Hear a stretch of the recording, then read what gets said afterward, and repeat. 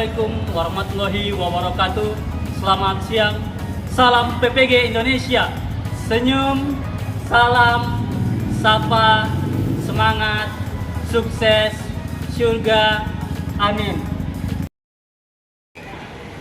Perkenalkan, saya Agung Oto Permana. Nama saya Jerni Arianti Gultom. Nama saya Teresa Ganita Brutiti. Saya Nia Sri Lestari Bulu. Saya Toripa Mahdia Nenggolan. Dan nama saya Amelia Huta Barat.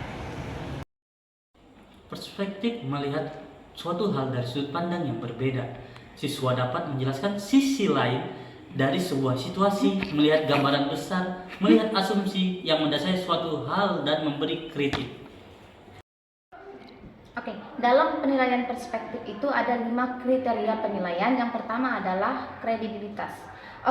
Kredibilitas berasal dari bahasa Inggris, yaitu credibility, yang mempunyai arti suatu keadaan yang dapat dipercaya.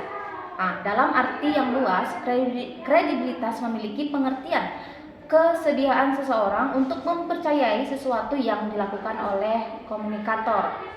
Kita lihat seperti di slide. Ada kriteria penilaian itu seperti kredibel. Kredibel itu seperti apa? Yang untuk skor 5 kita melihat dengan kriteria mampu menyampaikan keseluruhan informasi dengan valid.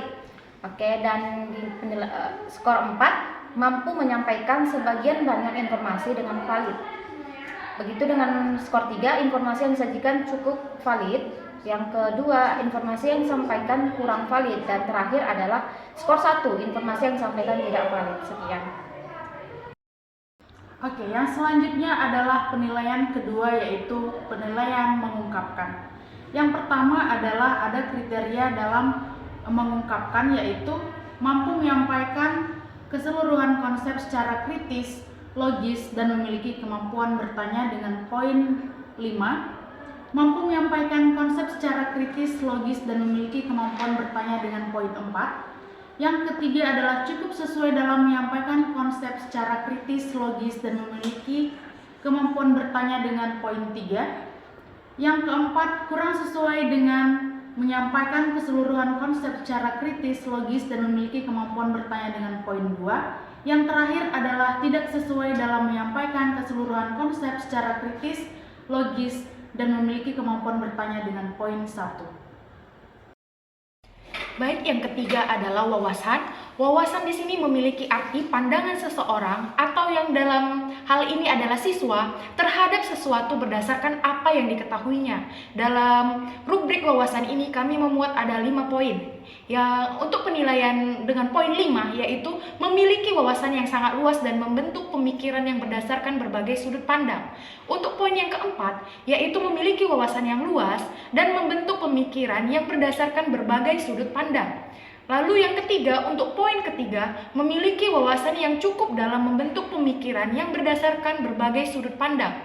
Lalu, untuk poin yang kedua, yaitu dengan nilai 2, kurang memiliki wawasan dalam membentuk pemikiran yang berdasarkan berbagai sudut pandang.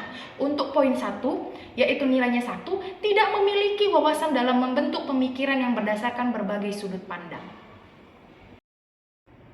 Selanjutnya dengan rubrik penilaian masuk akal dengan indikator. Yang pertama, memiliki pemikiran yang masuk akal dalam menilai dan mengevaluasi berpikir kritis dengan skor 5.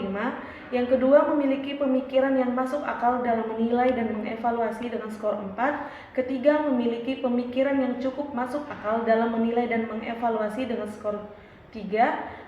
Yang keempat, memiliki pemikiran yang kurang masuk akal dalam menilai dengan skor 2. Dan yang terakhir, tidak memiliki pemikiran yang masuk akal dalam menilai dan mengevaluasi berpikir kritis dengan skor 1. Di dalam rubrik tidak biasa, untuk skor 5, ketika kita menemukan pemahaman yang berbeda dan pemahaman baru dari teks yang diberikan. Untuk skor 4, ketika menemukan pemahaman yang berbeda dari teks yang diberikan. Untuk skor 3, cukup dalam menemukan pemahaman yang berbeda. Untuk skor 2, yaitu kurang dalam menemukan pemahaman yang berbeda dan pemahaman baru dari teks yang diberikan. Dan untuk poin 1, yaitu tidak menemukan pemahaman yang berbeda dan pemahaman baru dari teks yang diberikan. Hanya pemahaman yang tertulis pada teks.